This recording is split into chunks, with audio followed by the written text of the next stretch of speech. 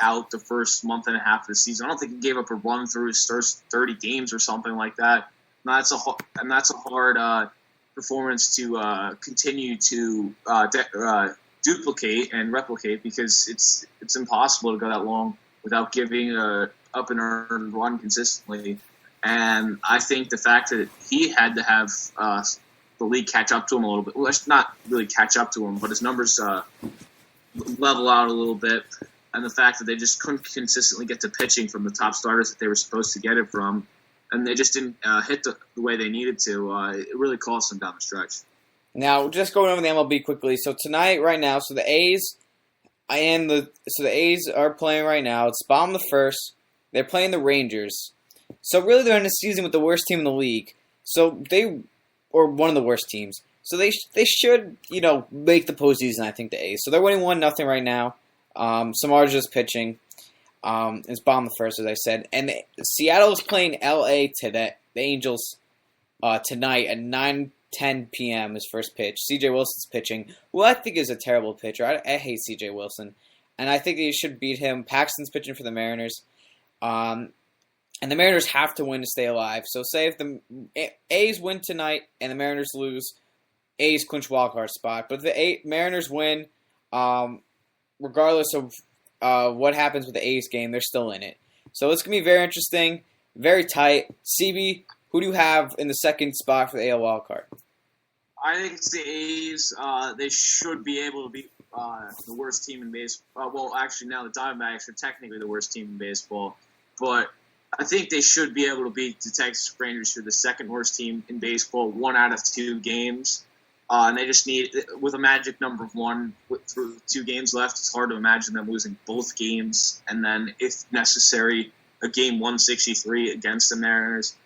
That would be a hard situation to imagine happening. The Mariners haven't got the pitching that they were getting earlier in the year as well. Hisashi Iwakuma and Felix Hernandez struggling a little bit down the stretch. I just see it's a hard situation to imagine the A's losing 2 games, the Mariners winning both of them to set up a game 163, and then having the A's lose that as well when they can throw a pitcher like John Lester at you to get into the playoffs. Right, so we talked a lot about MLB right now because, as we know, who doesn't love a good postseason race to October, chase for October right now. So moving on now to football. So the Giants, all the Thursday night games have been blowouts, and the Giants and Redskins was the same exact thing. Nothing different. Giants won with ease, similar to last week as the Falcons killed the Bucs. Giants did as well, beating the Redskins 45-14. Eli Manning having a great day. 28 for 39, 300 yards, 4 touchdowns, a pick. Looking like the Eli a few years ago. Larry Donald, the tight end. Really, the Giants had no idea who their tight end was, and I think they found it in Larry Donald. 3 touchdowns for him. I started him in fantasy this week. Very happy about that. 23 points for me. And Giants defense looked great. Kirk Cousins did not. Kirk Cousins had 4 picks. Just wasn't a good day for him. And Eli and the Giants really cruising along. Now 2-2. Looks like things are starting to come around for them. Yeah, I'm one of the happy fantasy owners who was really thinking about starting Kirk Cousins over Aaron Rodgers this week and made a last-second decision not to do so. And I was regretting it up until he started throwing interceptions like crazy. And I'm kind of glad that didn't happen, or my fantasy week would be quite screwed. But again, as you said, the Giants looked really good this game.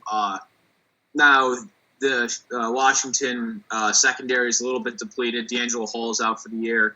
Not the best secondary, but Eli still slashed them pretty good. Larry Donnell, as you said, 3 touchdowns. Filling the position that the Giants had a big hole at. With them having a tight end, it's going to start to open up things for Victor Cruz a little more. I think he's going to be able to go those little underneath routes, like the Wes Welker type deal, a little bit more. I think Odell Beckham Jr. should be coming back soon. I think that's going to We're still waiting for him. I'm ready to see him. He's perfect in that slot. Yeah. But all the receivers have done pretty well. They looked all really good, even Reuben. So I don't know exactly what he's going to do with playing time, how that's going to work out. Ruben Randall's not going to be the stud receiver you need. Odell Beckham Jr. can develop into the stud receiver the Giants are going to need. And he can return punts, too. Yeah, if he can return punts. They've been looking for both those things for a while. They drafted Hakeem Nicks to do that, and he had a couple good years for the Giants, and then didn't have a touchdown last year and is now with Indianapolis. And they thought they got their punt returner this year with Trindon Holiday, and then he got hurt. Had to go on IR.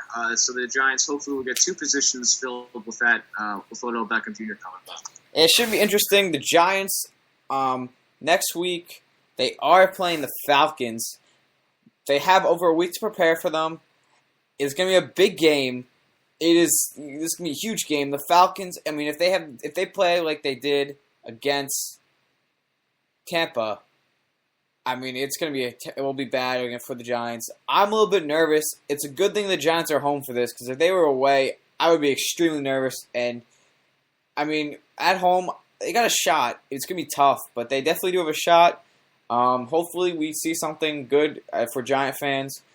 Jet fans, you had experienced a loss on Monday night. We want to quickly talk about them. They lost to the Bears. People are already questioning Geno, screaming. Some Jet fans are screaming to put in Vic. CB, do you think that Vic should be starting right now over Geno Smith, or should you give Geno some time? I would give Geno Smith some time. If the Jets really intended on making an open quarterback competition from the very beginning, then maybe you could go to Vic.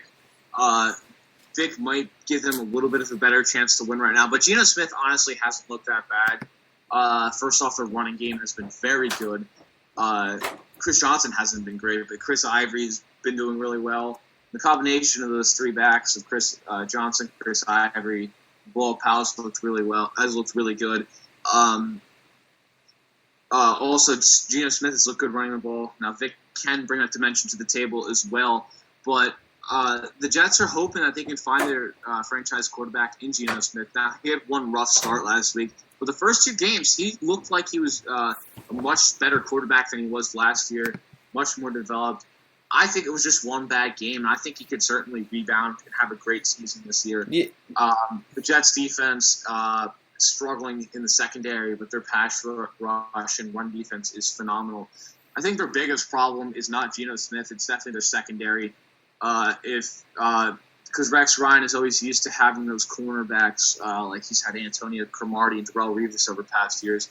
He's used to having those shutdown corners who really help his blitzing schemes. But without that true shutdown corner, without the true Revis Island, his defense is gonna struggle this year as his blitzes leave a lot of corners on islands, and they're not going to be able to make the plays to do so. They need decent performance out of Geno Smith, and they should be in a position to win most games. Now, another big problem is their schedule is completely horrendous to start the year. It's from one good team to another to another. This week they play the Lions. I just think they need to continue with Geno Smith because he gives – once he continues to improve, he gives them a better chance to win down the road than like Vic will. Right.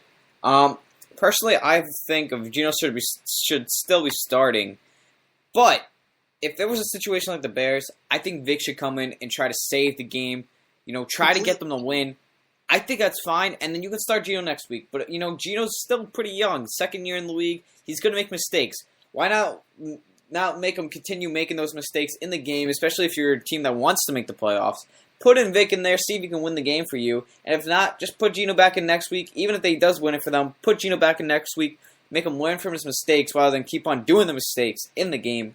I'd rather see him wait and learn from Vic, would play during that game, and hopefully he can learn from his mistakes. And maybe Geno, hopefully he gets better. And I think it's a good system for the Jets. It probably won't happen because Geno fans would be really confused and not be happy about that, but I think that's the right way to do it. Probably won't happen.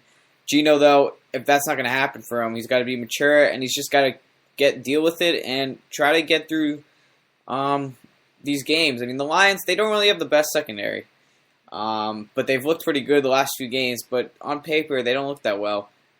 So it'll be interesting to see what happens here. It's going to be a big game for the Jets because we'll see how good Geno really is. Yeah. All right, so moving on, We're going to quickly talk about the Jaguars. That's right, folks. The Jaguars. Team that is winless, 0-3. Probably going to be 0-4 this week as they play the Chargers, who came off a big game, big win. Now, Jacksonville, they're done with Chad Henne. They realize that plan is not going to work out. They're putting in the rookie Blake Bortles, first QB picked in this draft. CB, do you think a man in UCF is going to do well in his first game? First start, I should say. I think he'll do better than he did last game. He threw a couple interceptions against the Colts.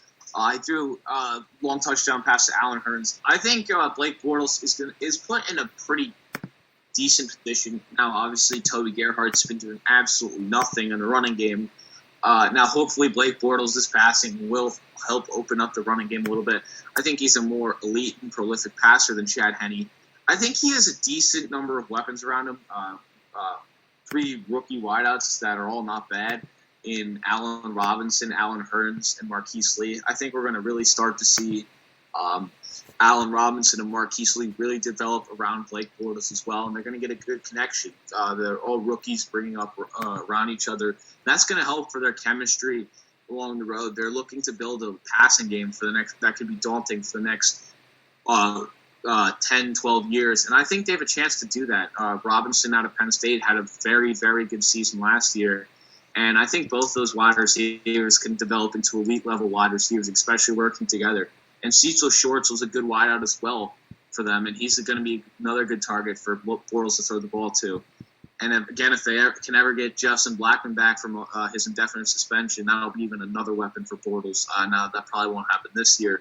But Bortles might struggle to begin with, but I think he's definitely has weapons around him to eventually be put in a position to succeed and do so at a very elite level. Yeah, the Jags are definitely young, but they sure have a lot of potential. All right, folks, we're going to take a quick break here. Coming up, we're going to be talking about our recap of the Garden State Sharks, of our picks and the odds. You'll see who is in first place and which other 2 guys are tied for last. And then also later, we're going to go over our picks this week, and we'll talk about the Homer Statement of the Week, Snowball Effect, Bang Bang Who's Hot Who's Not, and many, many more. Thank you guys for listening to Jersey Boys Sports Talk. We'll be right back after the break. Be sure to tune in to Blake and Noah, LA to Chicago weekly on Sunday nights as we cover the biggest news in sports. Topics range from breaking news, trade rumors, score updates, predictions, and of course, our famous Say What segment of the week. Get on Facebook and like the Blake and Noah LA to Chicago page. Also, feel free to text or call in each week.